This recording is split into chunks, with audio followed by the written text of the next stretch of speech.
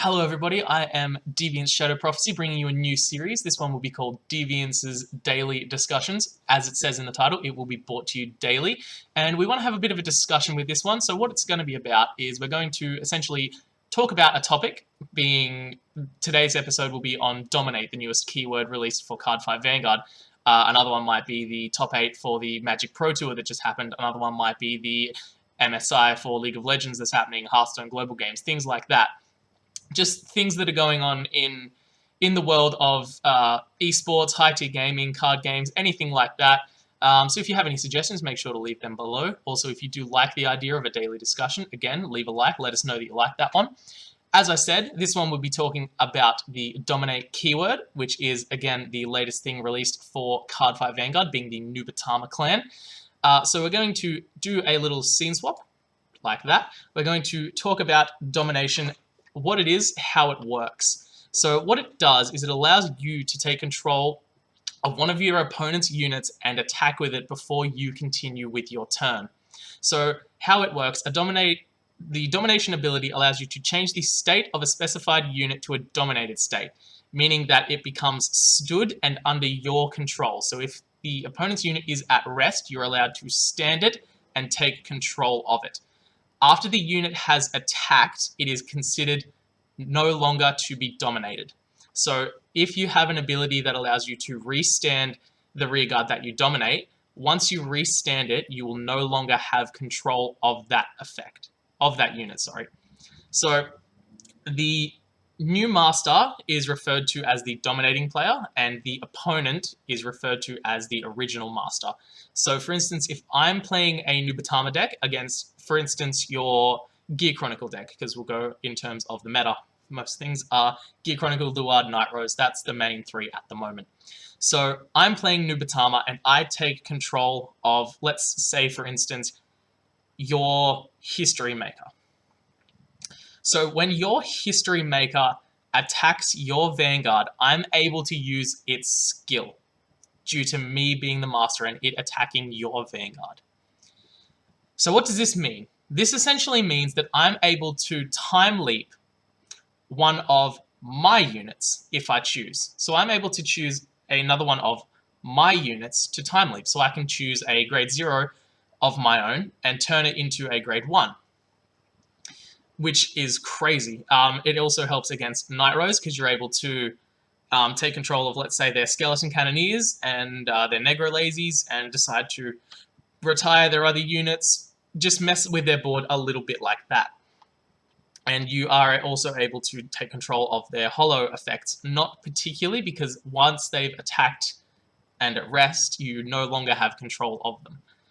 So if you lock a unit, or you bind it, you no longer control it. So it's still considered your locked card or your opponent rather than your opponent's locked card, but essentially you still can't do anything with it. So what this means is, let's say you're playing against a Messiah player and they're on a Freeze Ray Vanguard, and you attack with their own rearguard and they decide, I've taken damage, I want to lock that rearguard. They are able to do so, which is pretty neat because it also plays into a Messiah's game plan to unlock their own units to get criticals and things like that. So in terms of the meta, it's going to be pretty interesting to see sort of what it does. Bushiroad is essentially trying to push this as the new control deck, I suppose. It's not going to be an aggressive deck, it's not going to be a combo deck, it's going to be a controlling type of deck, as Nubatama has always been. It's going to aim to essentially reduce your hand size, restrict that as much as possible like Nubatama normally will do, as well as take control of your own units and use them to attack you. Now, if they are able to dominate a Vanguard, which has not been printed as an effect yet, but I believe it will be in the future as there have been things to point to this on the Vanguard side. Essentially, if a dominated Vanguard is attacking, I do the drive checks for it. So I dominate your Vanguard and I attack. I am the person who performs the drive checks. I take them from my deck to my trigger zone to my hand. So that's kind of how that works. I'm not sure exactly how damage will work, whether you're able to choose, obviously it's your unit, so you're able to choose what it attacks. So yeah, I suppose you just attack one of their units in the front row that you don't control or something like that.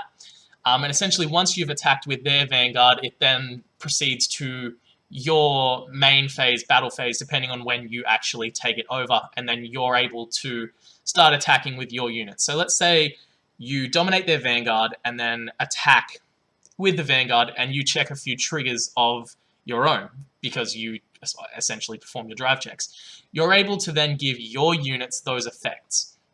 So, for instance, they attack, you check a critical trigger. You can give that effect straight away to your Vanguard, meaning that is pretty much going to be the end-all be-all of what this clan is able to do. It's going to take control of not only their field, their Vanguard, restrict their hand, and that just seems really, really good.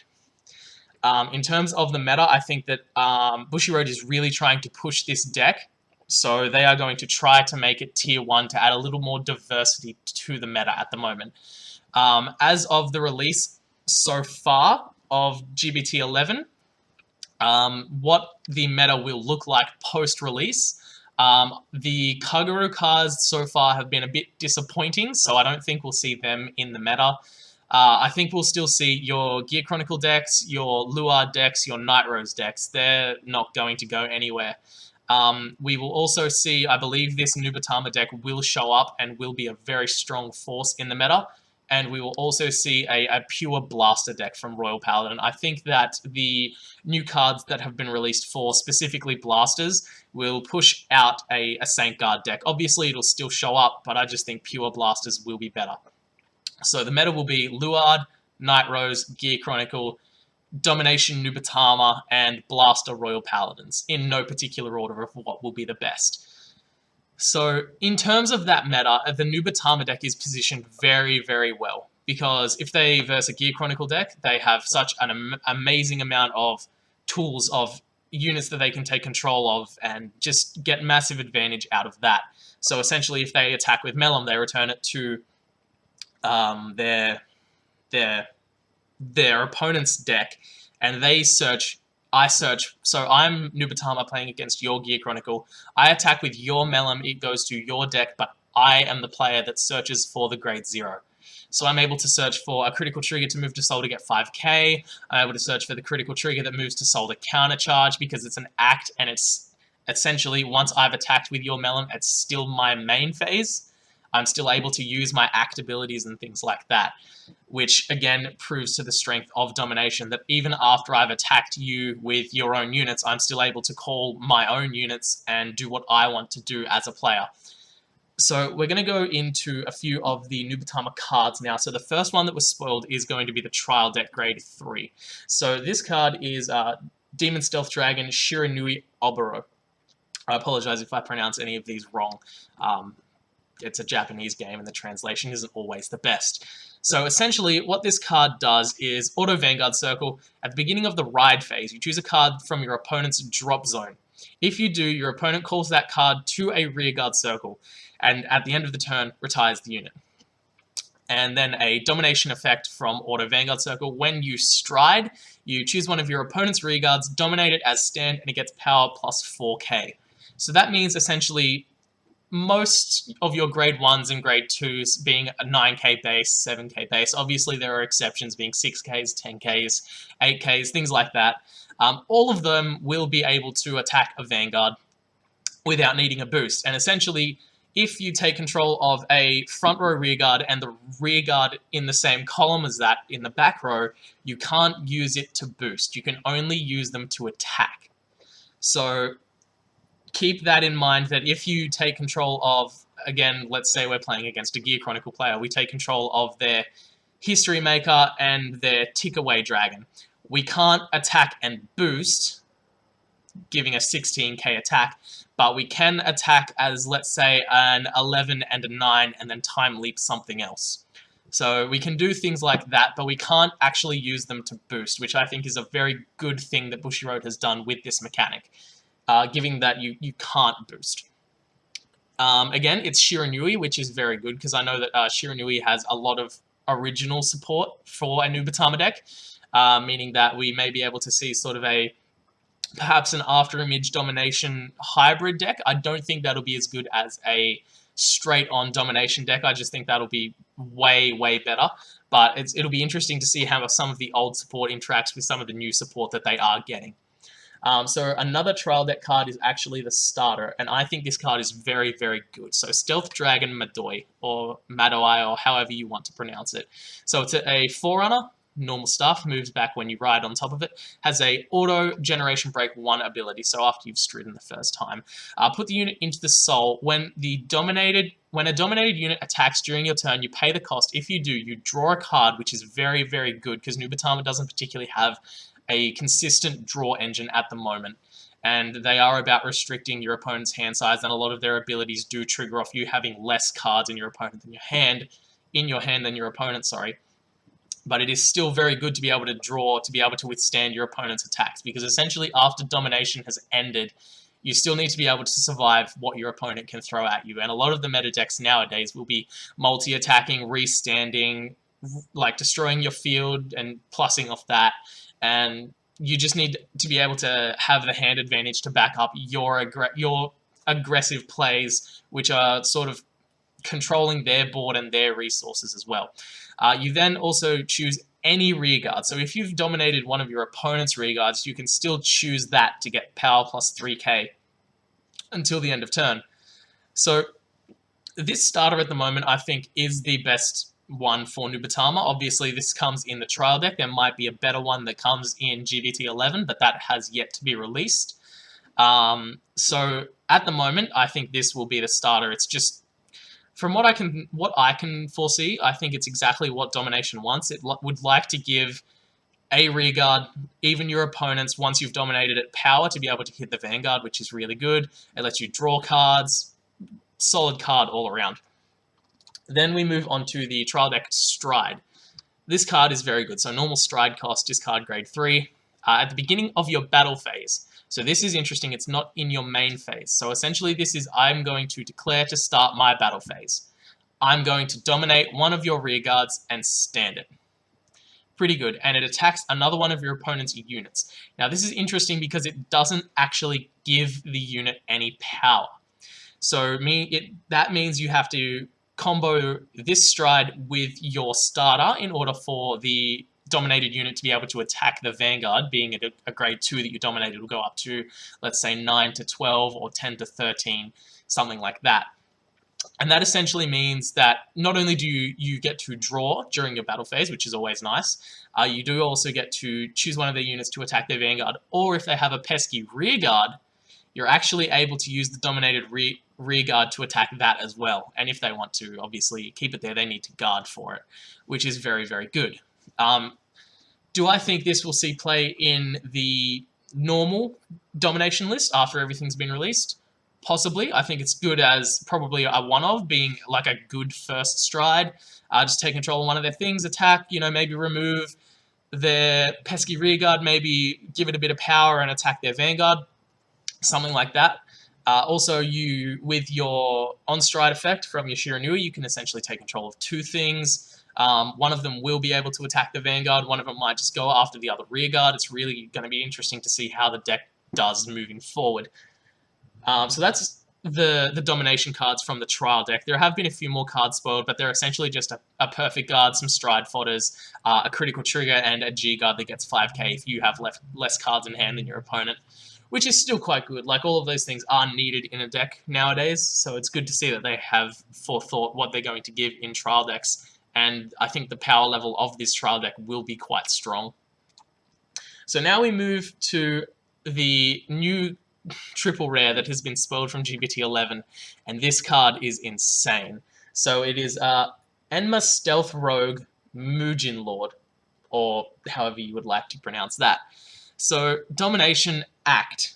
Once per turn, Counterblast 1, Persona Flip. Choose the same number of rear guards as the number of face-up cards in your G-Zone, and they get power plus 4k. So you can choose your own units with this, and you can choose your opponent's units. So any of your opponent's units that you choose to get this power plus 4k become dominated. And each of those units attack your opponent's vanguard, and you can use their abilities as well. So what does this mean?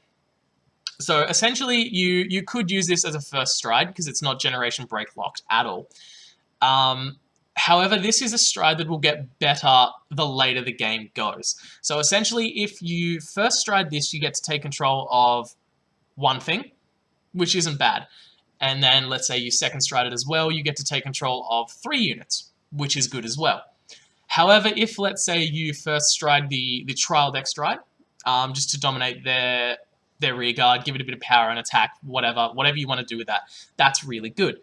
However, then you go into this, then you can take control of 2 things and then 4 things. Being your second stride, you'll have 2 cards face up in your G zone, and then your third stride, you'll obviously have 4, being 3 copies of this and 1 of the trial deck stride. That, to me, seems like a bit of a better way to go about it. So essentially, you have a really good first stride. Well, not really good in terms of, like, you've got your Metallica Phoenixes, your Urugazes, now that Belial Owl has been released, your Go Ashes, and essentially what will be your Gancelot as another really good first stride. But this isn't bad. Like, this is by no means a bad first stride. It's a better late game stride because you can take control of more things and get more pressure on your opponent. And essentially, whatever you take control of nowadays will have a really, really good effect. So what does that mean? Essentially, it means after you've attacked with, again, we'll go back to Gear Chronicle, you've attacked with the Melum, you get a grade 0. It's an act, so this happens during your main phase. So once you stride this and you decide to use its effect, you are still in your main phase. Even though you've started to declare attacks with your opponent's units, after they have finished attacking, you will go back to your main phase. Meaning you can still continue to use act abilities, call units, things like that, which is really good. Really, really good. So you can, again, Gear Chronicle, you can use their effects against them and essentially time leap your board into something that's more favorable for you. And then at the end of the turn, obviously it'll go back to the end of the deck, bottom of the deck, but you've just gained advantage off of really nothing. So this card, I think, will shape the meta going on. This card is very, very, very good. Now, the next card I'm going to show doesn't actually have the dominate keyword, but it's a very, very good card for the deck. And I will assume that this card will be probably a 4 of or a 3 of. So you'll probably have 4 PGs, 4 to 3 stride folders, depending on the grade 3 ratio. If you run 8, you'll probably run 3. If you have 7, you run 4. That leaves 4, 8... 4 of this will be 12, and then you can run something as a 2 of, or you can run this as a 3 of, and then something else as a 3 of, something like that, along those lines.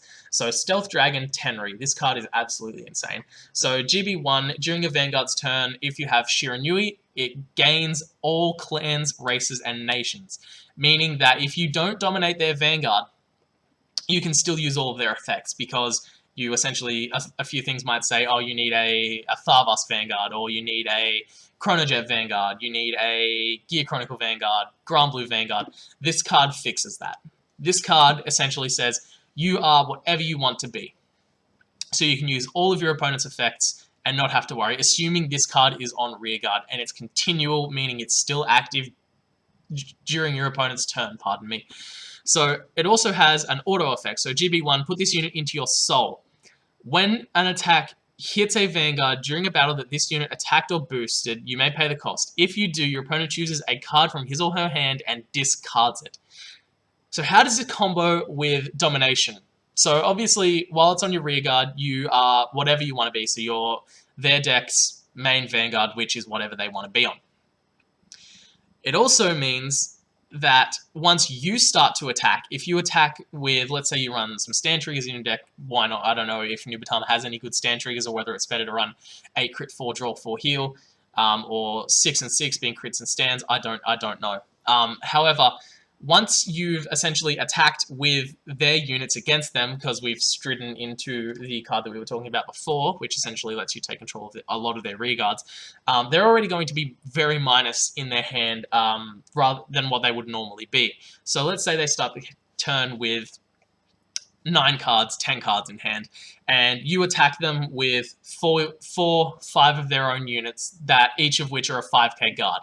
So essentially, a good player will take the first attack that comes towards them and hopes to hit a trigger. So they'll take as many of them as they can. But if this is a stride when they're at 5 damage, this card is game ending. So they take their first one, they get a trigger. The rest of the attacks don't really matter.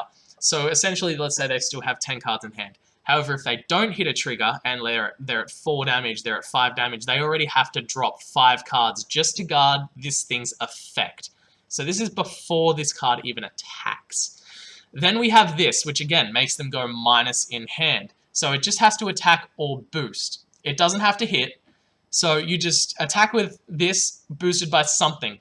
It could be 2 of these cards in a column is 14k, so that's still 5. Then you move it to soul, your opponent has to discard 2. So 5, 6, 7, they have 3 cards left in hand to guard the Vanguard, barring any triggers, and another rearguard column. That, to me, is a very, very, very dangerous combo. It'll be very interesting to see if Bushiroad does, how far they do, again, push domination. And I'm not saying they should, like, maybe dial it back a little bit, or maybe not do the whole thing that Nubatama's always been about, which is discarding hands as well as taking control of units. That to me seems a little bit too much, so I could perhaps see a restriction or even a ban, and I know Bushiroad doesn't like to ban cards, but that again will be another topic for another day. Ban and restrict cards. Again, leave a like if you want to see that, comment down below. This card is going to be probably the best card in the domination deck. Obviously, you have your strides and your vanguards, which will be insanely powerful just because they have the domination keyword. But in terms of rearguards, at the moment, a lot of them that have been spoiled that have things to do with domination are just, oh, if they have been dominated, you can give a bit of power, which is cool because, you know, you give it to your opponent's units and attack with them and things like that. But this card is just absolutely devastating. If you have a column of this, like 2, 3, 4 of these on the field at one time, the game is just over. That is just how it goes. And that to me is very, very, very scary. So in terms of impact on the meta for Nubatama domination, I think it's going to have a big one. Bushiroad seems to really be pushing this clan archetype as far as they can. And will it break the game? Will it change the meta? I don't think it'll break the game, but it'll definitely test the players that have been playing for a long time and are used to how things are. It's going to be a big shake-up in the meta. Again, the same with blasters, but that's not as devastating as I think a domination style deck is. Essentially just being anything that essentially lets you take control of your opponent's resources in any card game is just absolutely insane. Like, there's a reason that in Yu-Gi-Oh! Like Change of Heart, Brain Control, Mind Control, think cards like that are not able to be used. They're just completely banned, and I know Yu-Gi-Oh! Has definitely taken a big step since they have banned those cards, and perhaps there might be a food for thought for them coming back, but I really doubt it. Anytime you can be like, I want to take control of that for, at the moment, essentially no cost. A lot of these are just, oh, Counterblast 1, take control of all your field for a Persona Flip. That is not a cost substantial with the effect that it is going to give. If it was Counterblast 2 and flip a copy of itself, that to me is a bit more of a fair effect. So it seems that Bushiroad really wants for this clan archetype and this deck to really do well and really define the meta. Some people will limit it to power creep, and that's fine. Nubatama haven't seen support in a while, so it's about time they actually got something good. After Image didn't really do a whole lot. It was a cool deck idea, but I don't think we will see any After Image decks once Domination has been released, because it's just so powerful.